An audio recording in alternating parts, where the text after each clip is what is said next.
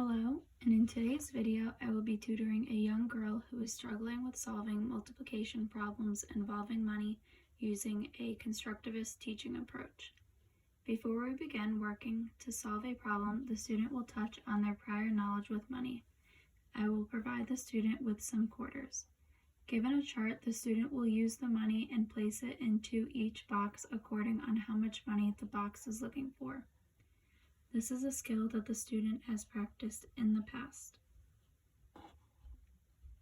Being demonstrated now is the student putting the money into the boxes on the chart.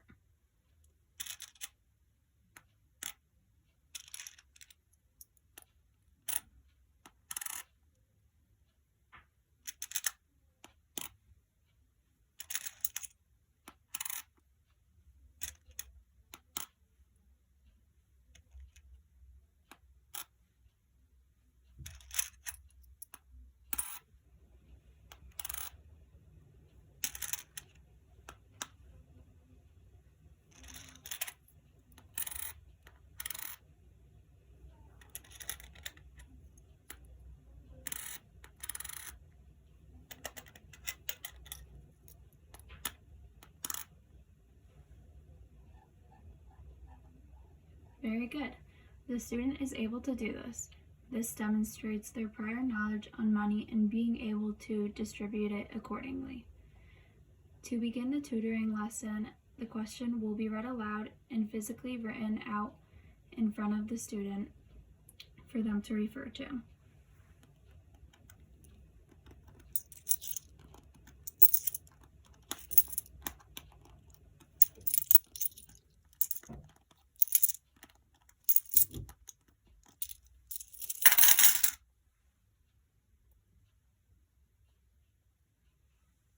So here's the question that will be read aloud. You went to the grocery store and bought 3 apples. Each apple cost 50 cents. How much money was spent on all 3 apples? The question is written below as it is. 3 times 50 cents equals blank. We are looking for the blank. How much it cost for all 3 apples all together that each cost 50 cents. To first help the student solve the problem, we will place apples next to us.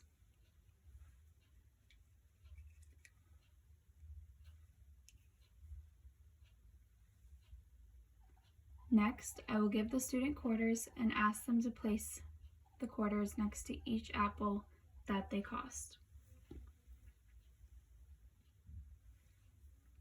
The student is now handed the quarters, and they will place the quarters next to how much each apple costs.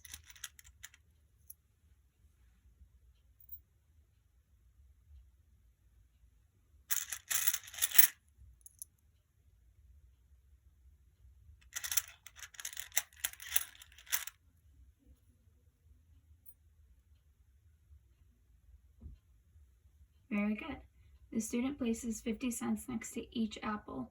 With the extra quarters, we put them aside because we no longer need them. The student did very good in this aspect, realizing that they only needed a certain amount of quarters and they weren't going to need the rest of them. I next explained to the student that if we added up all of these quarters in front of us, that it would tell us how much it cost for all 3 of the apples. I asked the student to see if they can use their money grouping chart to help them solve this problem. The student then takes out their chart and begins to group the quarters.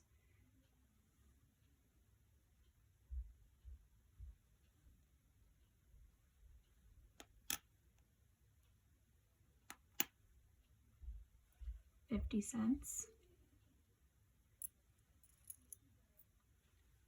Here's another 50 cents.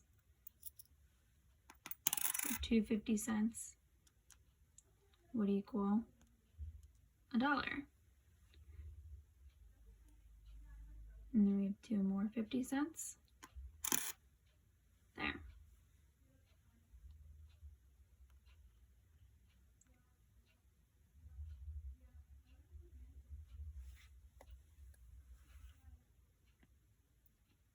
The student then wrote out on the bottom of their sheet $1.50. I then explained to the student that we were just able to solve this multiplication problem by building on our prior knowledge of grouping money together. That even though this problem used multiplication, that we could solve this using a strategy that we already knew.